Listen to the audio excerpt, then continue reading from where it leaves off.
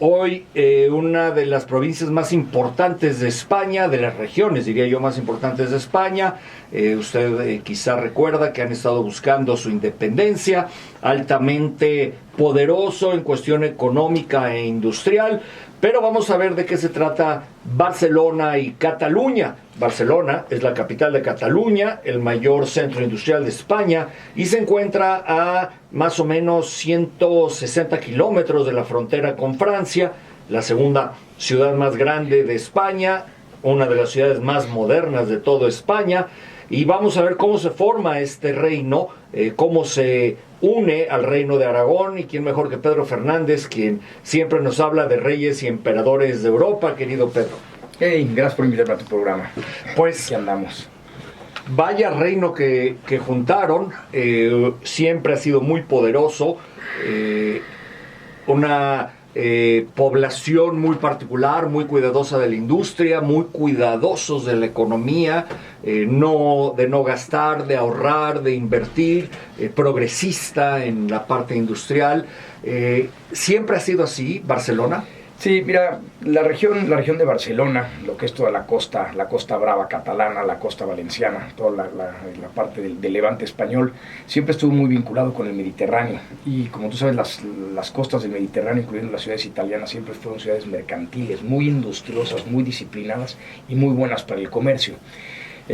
Barcelona, ubicada en una situación geográfica privilegiada desde la época remotísima, porque sabemos que está habitada esa región desde hace 5.500 años, ¿no? O más, 5.500 años antes de Cristo, por lo que nos lleva a 7.500 años de ser habitada. Los primeros pobladores de ahí se les llamaba layetanos, que eran pobladores iberos. Los iberos eventualmente empiezan a sostener relaciones comerciales con los griegos por su posición geográfica tan importante, y eventualmente van a llegar los cartagineses. Cuando los cartagineses son derrotados por los romanos en Sicilia y en Cerdeña, buscan el prestigio perdido en esas regiones, lo buscan en España, ¿no? Y ocupan todas estas regiones, incluyendo lo que hoy es Barcelona. De hecho, parece ser que el nombre de Barça, el apellido de los cartagineses principales, de Aníbal y de sus secuaces, era Barca. Entonces probablemente de ahí retoman ese nombre. Cuando los romanos recuperan esa región, o conquistan esa región y expulsan a los cartagineses, la van a rebautizar como Barcino, y van a instalar ahí una especie de castro, una fortaleza militar. Hacia el año 200 y tanto antes de Cristo. 218 más o menos antes de Cristo es cuando se instala este castro. De hecho, el centro de la ciudad tiene justamente el trazo de los castros romanos, de los campamentos romanos. Dos calles que se cruzan, ¿no? Como una cruz, que así se hacen los campamentos romanos normalmente, ¿no? Dos calzadas que se entrecruzan. Y así está el centro de la ciudad, así es como está trazado, y existen todavía las calles que trazan ese centro de la ciudad. Con el pasar del tiempo, bueno, el Imperio Romano decae, llegan ahí las fuerzas bárbaras, los visigodos se instalan en España. De hecho, los visigodos durante 5 años, como del 410 al 415, instalan ahí su capital y permanecen hasta la llegada de los árabes. Cuando Carlomagno conquista esa parte del territorio español y funda la marca hispánica. Las marcas eran territorios especialmente diseñados para resistir invasiones, eran como estados o como elementos colchón para impedir las invasiones. Estaba como fuera del imperio las marcas, y las marcas eran dirigidas por un marqués que tenía poderes absolutos en el territorio. En España, Carlomagno funda la marca hispana, y parte de la marca hispana es justamente la ciudad de Barcelona. Con el tiempo, con el pasar de los años, el imperio carolingio, el imperio Carlomagno empieza a decaer, y tenemos ahí un tal Wilfrido el Velludo, que debe haber sido un personaje increíblemente velludo para que haya pasado la historia con ese apodo. Se instala en el poder ahí, toma el poder de facto, no tiene ningún título nobiliario, y eventualmente sus sucesores van a tomar el título de condes de Barcino, condes de Barcelona, y van a ir desarrollando el comercio con el Mediterráneo, justamente que coincide con las cruzadas. Aquí a lo mejor no lo hemos platicado, pero las cruzadas tienen muchísimo que ver con el auge del comercio en el Mediterráneo, porque los estados cristianos que se instalan en Tierra Santa, el reino de Jerusalén, el reino del condado de Edesa, y todos los puertos de San Juan de Acre, Tiro, Sidón, todos los puertos del Oriente Medio, van a comerciar única y exclusivamente con los puertos mediterráneos italianos y con alguno español, como es el de Barcelona. Y además, con la invasión musulmana, tienen una gran influencia de la parte de África, que llega hasta Cataluña. Y bueno, al final de cuentas con las cruzadas logran expulsarlos. ¿Es esa la época? Mira, Barcelona como tal nunca estuvo en manos de los musulmanes, y si estuvo durante muy poquito tiempo, porque son de las zonas que se resistieron, las zonas pegadas a los Pirineos, y con la marca hispánica, pues los musulmanes estuvieron a raya en esa región, lo igual que el País Vasco, igual que Asturias, Cantabria y esas regiones del norte. Entonces, claro que tuvo influencia, pero nunca estuvo realmente ocupada Cataluña por los musulmanes, ¿no? Resistió gracias a la marca hispánica. Otra cosa que es importante, así como, y aquí se empieza a formar la identidad catalana, porque Wilfredo el Velludo para los catalanes es como el primer héroe catalán, porque es el primero que logra separar a la región de Cataluña del resto de Europa, tal cual, ¿no? Mientras Aragón, mientras Castilla, mientras León estaban luchando su propia reconquista, ya los catalanes eran independientes, y estamos hablando del siglo X, ¿no? Y ellos ya eran prácticamente independientes. Y como todas las lenguas a la caída del Imperio Romano, bueno, porque el latín empieza a derivar por los aislacionismos que se crean después de la caída del Imperio Romano, ese aislamiento de las diferentes regiones por el colapso de las estructuras romanas de comunicación, pues va haciendo que las diferentes lenguas, los diferentes dialectos del mismo latín vayan derivando en diferentes lenguas. Una de estas lenguas que deriva es justamente el catalán, que en un principio estaba íntimamente emparentado con el provenzal francés, con la lengua oc, el provenzal francés, y después va a ir derivando más hacia su propio estilo, y el provenzal va a ir siendo relegado prácticamente al olvido hoy día, ¿no? Mientras que el catalán sobrevive. Pero hubo una gran influencia franca en Barcelona. Una gran influencia franca. O en Cataluña. Sí, hubo una gran influencia Francia. El estar pegados a Francia y estar pegados al Mediterráneo va a hacer que Barcelona y Cataluña tengan una influencia histórica y cultural diferente a la de la España central. Por ejemplo, la meseta central española, Castilla, León, Extremadura, toda esa región, sí son diferentes en cuanto a sus principios culturales, porque no estuvieron tan expuestos como estuvo Barcelona durante tantos años al comercio marítimo mediterráneo y a la influencia francesa, porque aparte Cataluña tenía, o existe todavía, la Cataluña francesa, que es el llamado Rosellón, donde está la ciudad de Perpiñán, que es cruzando los Pirineos, ahí está el Rosellón, que se lo quedó Francia después del Tratado de los Pirineos, ¿no? Que puso fin a la guerra de los 30 años. Ahora, ¿cuándo toma relevancia política Barcelona? Barcelona alcanza una relevancia política importantísima hacia el siglo XI y XII. El auge comercial que le dan el comercio mediterráneo hace que se vuelva una ciudad increíblemente poderosa. El condado de Barcelona se vuelve muy poderoso, tan es poderoso que tiene influencia sobre la costa valenciana, conquistan las Baleares, ¿no? Empiezan a extenderse por el Mediterráneo, y se vuelve una ciudad comercial, te lo puedo decir, como si fuera Venecia o como si fuera Génova o Pisa. A ese grado de importancia comercial empieza a tener la ciudad de Barcelona. Y aquí sucede un evento fortuito, pero que era normal en la época medieval y en épocas posteriores. Cuando en 1137 se casa el conde de Barcelona, Ramón Berenguer IV, se casa con la hija del rey Ramiro II de Aragón, que no tiene hijos hombres y solamente tiene una hija que se llama Petronila. En ese momento el hijo del conde con ese de nombre Barcelona se ha quedado soltera. no era fea, no era fea. El nombre sí, pero ella no era fea. Pues son nombres clásicos de la Edad Media. Cuando Ramón Berenguer se casa con Petronila, bueno, el producto de esa relación va a ser Alfonso II de Aragón, porque va a heredar la corona de Aragón de su mamá, de su madre Petronila, y va a heredar el condado de Barcelona de su papá Ramón Berenguer. Por lo tanto, a partir de 1137, cuando se unen estas dos personas, se une la corona de Aragón con el condado de Cataluña. Esto le va a dar un impulso importante a Cataluña, porque Aragón era un reino muy importante, después de Castilla el reino más importante de la península, y gracias al impulso de Barcelona, el impulso comercial y el impulso militar de Aragón, el nuevo reino de Aragón, que incluye el condado de Barcelona, van a conquistar el sur de Italia, y eso les va a dar un predominio en el Mediterráneo importantísimo. Esta importancia comercial en el Mediterráneo, que dura varios siglos, se va a venir abajo justamente a partir de principios del siglo XVI, con el descubrimiento de América y el inicio del comercio transatlántico. ¿Por qué? Porque ahora todos los productos ya no necesitan comprarlos a través de Tierra Santa, los productos de Oriente, sino que los pueden comprar directamente vía América. Y entonces todos los puertos comerciales del Mediterráneo, véase Venecia, véase Pisa, véase Génova, Marsella, Tolón, Barcelona y Valencia, van a pasar a segundo plano a partir del descubrimiento de América y se va a desarrollar el comercio en otro lado. Entonces eso desde luego que va a afectar a Barcelona. Si eso le agregamos que el comercio americano era un monopolio exclusivo de Castilla, porque el descubrimiento de América y la explotación de América era de Castilla, no de Aragón. Por lo tanto, solamente Cádiz va a ser la ciudad que puede comerciar con América y todas las demás ciudades tienen que recomprar esos productos. Por lo tanto, Barcelona pasa a un segundo plano de estar en primerísimo plano comercial en el Mediterráneo. Mientras fluyó el dinero de América, tú lo sabes, cuando con un matrimonio hay dinero, todos los defectos y todos los roces se van maquillando. En cuanto falta el dinero, que fue lo que empezó a suceder en el siglo XVII, empieza a faltar el dinero de América, empiezan a salir a flote los roces que existían, no solo entre Aragón y Castilla, sino básicamente entre Cataluña y el resto de España. Ahí empiezan las grandes diferenciaciones, porque España se dedicó a luchar guerras durante el siglo XVII y el anterior, XVI, se dedicó a luchar guerras en el centro de Europa porque los Habsburgo tenían intereses en el centro de Europa. Véase Flandes, las guerras religiosas en el Imperio Alemán, todas estas guerras que francamente a Cataluña y a muchos países y a muchas regiones de España no le interesaban.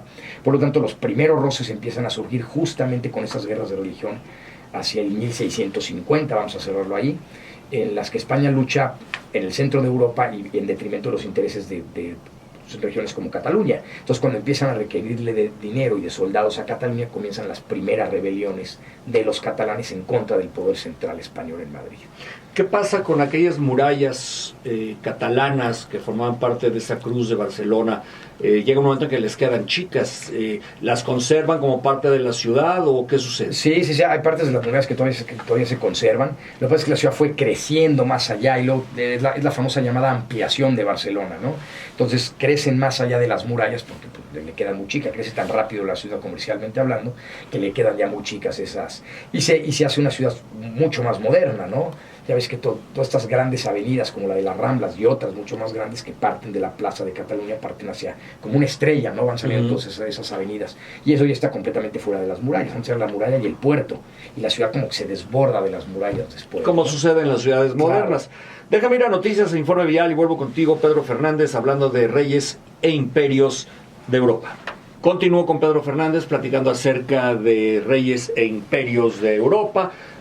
Ahora estamos en Cataluña, en Barcelona. ¿Qué sucede? Vámonos al siglo XIX, Pedro.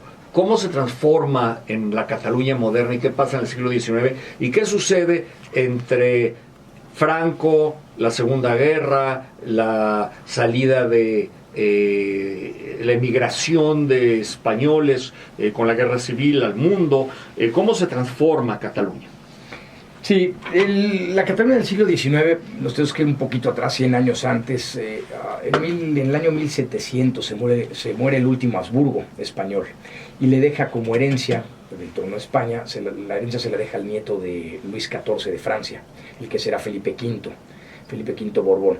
Eso causa una guerra civil dentro de España, que es la famosa Guerra de Sucesión Española, en la que intervienen, por supuesto, el Reino de Francia de Luis XIV, que apoya a los Borbones, pero interviene Austria a favor de la línea austriaca de sucesión. Es una guerra muy larga, y aquí lo que nos importa es Cataluña. Cataluña apoya a los Habsburgo. Por lo tanto, cuando en 1715 logran la victoria los Borbones, hoy están en el trono los Borbones españoles, cuando logran la victoria en 1715 van a castigar severamente a todas aquellas regiones que apoyaron a la sucesión de los Habsburgo, y una de estas regiones es Cataluña. Por lo tanto, va a sufrir esta penalidad, se va a prohibir el idioma catalán, van a empezar las restricciones en cuanto a las costumbres y sobre todo el idioma, porque aquí tenemos que tener una cosa: los catalanes, racialmente hablando, no son diferentes de los valencianos y no son diferentes de los castellanos, son básicamente lo mismo.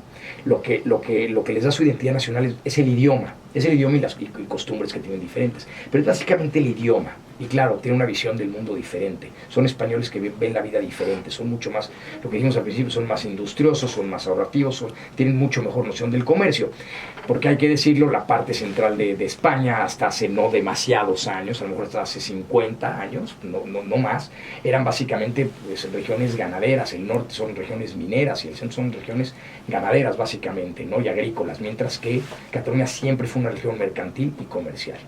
Cuando llegamos al siglo XIX, los Borbones siguen empeñados en en frenar este catalanismo, ¿no? Este regionalismo tan fuerte de los catalanes, y entonces siguen tratando de prohibir en la medida de lo posible que se enseñe el catalán, que se empieza a hacer como un idioma clandestino, básicamente, porque nunca se pierde. Y además de eso, a partir del siglo XIX y sobre todo a partir de principios del siglo XX, empieza una gran migración de gente que no es catalana, empiezan a migrar hacia Cataluña por el requerimiento de mano de obra de Cataluña. En el siglo XIX Cataluña va a despegar económicamente de una manera muy importante porque tiene esa tradición mercantilista e industrial, y va a ser un centro importantísimo de producción de telas, de producción de vidrio, de producción de vino también, pero sobre todo, bueno, no sobre todo, entre muchas cosas, hay una parte bien importante. Cataluña es el máximo editor de libros de España, es la ciudad que más libros edita en español, junto con Buenos Aires, en el mundo. Esta es la que más se edita, entonces se convierte en una industria importantísima, la industria del libro en Cataluña. De hecho, ahora deben de estar sufriendo. Ahora deben estar sufriendo mucho. Y además es una región increíble. Como hay una burguesía muy importante y siempre la hubo, pues la burguesía era la que leía. Entonces, siempre la parte más culta de España, siempre la parte más industrializada de España y siempre la parte más comercial de España. No es casualidad que tuvo dos exposiciones universales, ¿no? La de 1888 y otra que ahorita se me escapa el año, pero tuvo dos, no sé si es 1924, pero tuvo dos exposiciones universales Cataluña, no Barcelona. Digo, no por nada las tuvo, ¿no? El primer coche fabricado en España, estos coches, que originalmente era el Hispano-Suiza. El Hispano-Suiza que se empezó a fabricar en 1924, ¿dónde se iba a fabricar en España? Pues en Cataluña se iba a fabricar, ¿no? En Barcelona, el Hispano-Suiza. Con las diferentes dictaduras que empezó a haber, ¿no? La dictadura de Primo de Rivera en los años 30, la dictadura franquista después de la Guerra Civil Española, bueno, se fue aún cerrando más el cerco sobre el catalanismo, ¿no?